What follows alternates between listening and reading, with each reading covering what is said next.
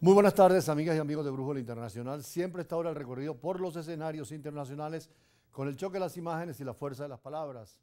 Hoy en el sistema internacional, después de la pandemia del COVID-19 y de la guerra Rusia-Ucrania, el nuevo orden se está perfilando definitivamente en cuatro grandes potencias.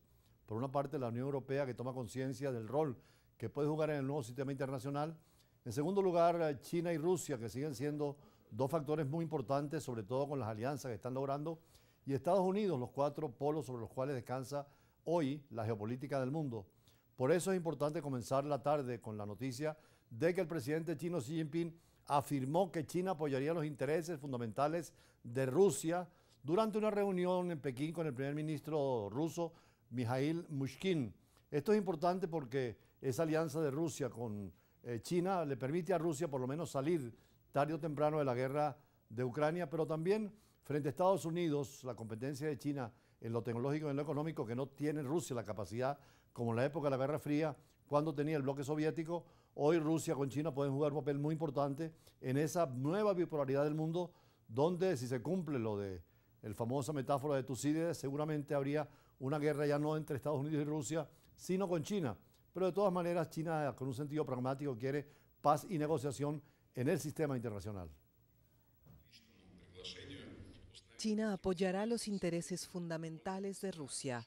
Eso afirmó su presidente Xi Jinping durante una reunión en Pekín con el primer ministro ruso, Mikhail Mishustin. Este tipo de formulación, algo vaga, suele utilizarse en el marco de reuniones bilaterales con representantes rusos y de otros países, y en general hace referencia, en lo que a China respecta, a la cuestión de la isla de Taiwán. El primer ministro ruso, el más alto responsable de Moscú que visita el gigante asiático desde que empezó la invasión a Ucrania, también se reunió con su par chino, Li Qiang. Hoy en día las relaciones entre Rusia y China se encuentran en un nivel sin precedentes. Se caracterizan por un respeto mutuo de los intereses del otro y el deseo de responder juntos a los desafíos relacionados con una mayor turbulencia en la escena internacional y con la presión de unas sanciones ilegítimas por parte de Occidente en su conjunto. China es el primer socio comercial de Rusia. Según las aduanas chinas, en 2022 las transacciones entre ambos países alcanzaron los 190 millones de dólares. De enero a abril se puede ver que nuestro comercio bilateral ha superado rápidamente los 70.000 millones de dólares, lo que supone un incremento interanual de más del 40%. La escala de inversiones entre los dos países también está mejorando continuamente. Los proyectos estratégicos a gran escala avanzan sin cesar. Los intercambios locales y culturales también se han intensificado. China se convirtió el año pasado en el primer cliente de Rusia en el sector energético e hizo que las exportaciones de gas ruso no se hundieran, a pesar de las sanciones occidentales impuestas contra Moscú a raíz de la guerra en Ucrania. Pekín se ha declarado neutral en el conflicto en Ucrania y ha llamado al respeto de la soberanía de los estados, pero nunca ha condenado públicamente la operación militar ordenada por el presidente ruso, Vladimir Putin.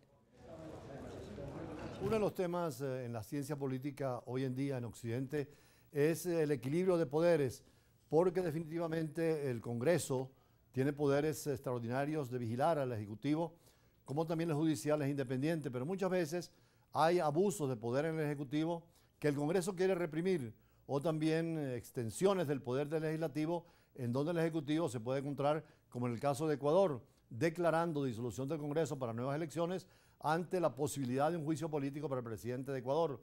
Por eso el equilibrio es fundamental y esa fue la idea del parlamentarismo. En las democracias parlamentarias no hay ese problema.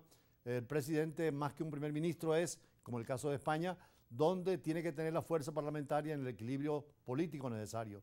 Por eso el Consejo Nacional Electoral ahora en Ecuador informó que todos los ecuatorianos deberían acudir a las urnas el 20 de agosto para elegir presidente.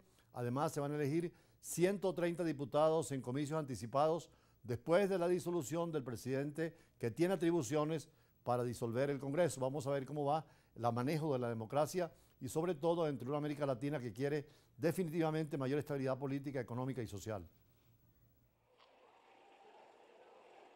Los ecuatorianos deberán acudir a las urnas el 20 de agosto para elegir presidente y 137 diputados en comicios anticipados, según informó el miércoles el Consejo Nacional Electoral. De ser necesario, el balotaje quedó programado para el 15 de octubre próximo, según informó el máximo organismo electoral. La previsión es que el 26 de octubre se entreguen las credenciales a los asambleístas. La Asamblea Nacional tiene la atribución de investir al presidente y vicepresidente. Los legisladores deberán luego autoconvocarse de forma inmediata para entrar en funciones. La unicameral Asamblea Nacional fue disuelta hace una semana por el mandatario Guillermo Lasso, haciendo uso de su facultad constitucional, que contempla elecciones anticipadas para completar el actual periodo de 4 años, que se cumple en mayo de 2025. El gobernante en el poder desde mayo de 2021 tomó la decisión debido a una grave crisis política y conmoción interna, en medio del juicio político al que era sometido por la mayoría opositora del legislativo, que lo acusaba de peculado. La Carta Magna, vigente desde 2008, permite la reelección por una sola vez. Según autoridades electorales, Lasso podrá postularse nuevamente sin que se trate de una reelección, aunque su credibilidad cayó un 10% en 2 años. En ausencia de un Congreso, el mandatario puede gobernar expidiendo decretos leyes de urgencia económica, pero previo dictamen favorable de la Corte Constitucional. Para América Latina y sobre todo para Centroamérica, pero ahora también con masas de inmigrantes que vienen del Oriente Medio, incluyendo algunos desde Afganistán, se les complica totalmente ahora las nuevas disposiciones en cuanto a la migración hacia los Estados Unidos. Por eso en la tarde de hoy nuestro análisis en profundidad es precisamente, y con eso vamos al corte, sobre las nuevas disposiciones de la política estadounidense frente a la migración, donde por cierto hay una gran parte de venezolanos que están afectados. Ahora son mucho más estrictas las medidas, tienen que solicitar el asilo en los países por donde pasen antes de pedirlo en Estados Unidos. Con este análisis vamos al corte y después empezamos con las entrevistas del día. Ya regresamos. Un tema de primera importancia en los ministerios de Relaciones Exteriores, en las agendas de las cancillerías y en general de todos los gobiernos del mundo, sobre todo aquellos que tienen recursos, materias primas, posibilidades de desarrollo económico y social, como es el caso de Estados Unidos y la Unión Europea, están tomando cada día medidas más fuertes para evitar la parte ilegal de los flujos migratorios, aunque también en estos países, por un descenso de la población, necesitan mano de obra y también en todas las áreas de la ciencia y la tecnología. El New York Times recientemente titulaba: el gobierno de Biden tiene nuevas medidas para afrontar la llegada de inmigrantes. Son medidas estrictas, reglas de asilo y vías alternativas para solicitarlo, en un diseño para disuadir a grandes grupos de migrantes de viajar a la frontera.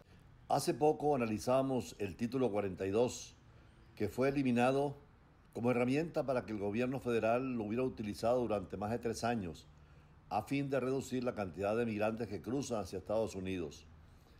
En total, aproximadamente la mitad de todos los migrantes encontrados en la frontera desde marzo del 2020 han sido expulsados en cuestión de minutos bajo esta medida, que fue aprobada durante el tiempo del gobierno del presidente Trump y durante la pandemia del COVID-19.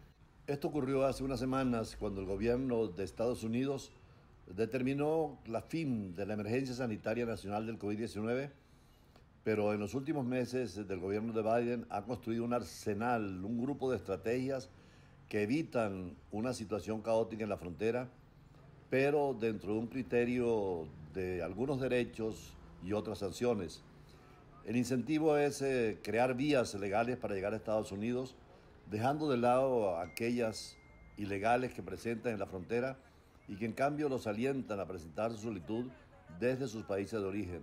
Pero también hay el castigo con la adopción de reglas muy estrictas de asilo que dificultan la obtención de protección en los Estados Unidos para quienes han cruzado la frontera ilegalmente. Los diferentes pasos fronterizos han aumentado en toda la frontera, esperando aún las nuevas medidas que tienen un carácter humanitario, porque pueden solicitar personas de Venezuela, Haití, Cuba y Nicaragua, y se les exige un amigo o pariente que asuma la responsabilidad económica por ellos, y si se les aprueba pueden volar en avión directamente de su país a Estados Unidos. Hasta 360,000 personas podrían participar por este año en el programa de Washington, y 100,000 han llegado ya hasta el momento. Igualmente, los Estados Unidos establecieron centros en toda América Latina para que se evalúe a los solicitantes de asilo a fin de determinar si califican para el estatuto de refugiado u otras formas legales de ingresar a Estados Unidos.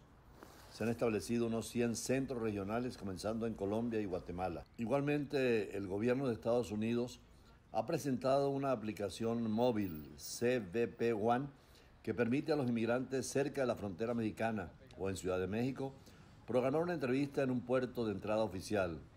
Esto para poner orden en el trámite migratorio, y cerca de 80.000 personas han logrado obtener ya una cita. Pero los cupos son limitados en comparación con la inmensa demanda, y las fallas técnicas han frustrado los intentos de muchos inmigrantes durante meses que han tratado de agendar una cita con la respectiva oficina para la migración. Naturalmente que los inmigrantes más afectados son los mexicanos y centroamericanos, pero también una gran parte de migración venezolana. La mayoría de los cruces fronterizos en la pandemia fueron adultos solos. Ahora, sin embargo, muchos niños están allí en la frontera esperando un nuevo trato que no llega porque son medidas mucho más estrictas y difíciles para la inmigración a ese país.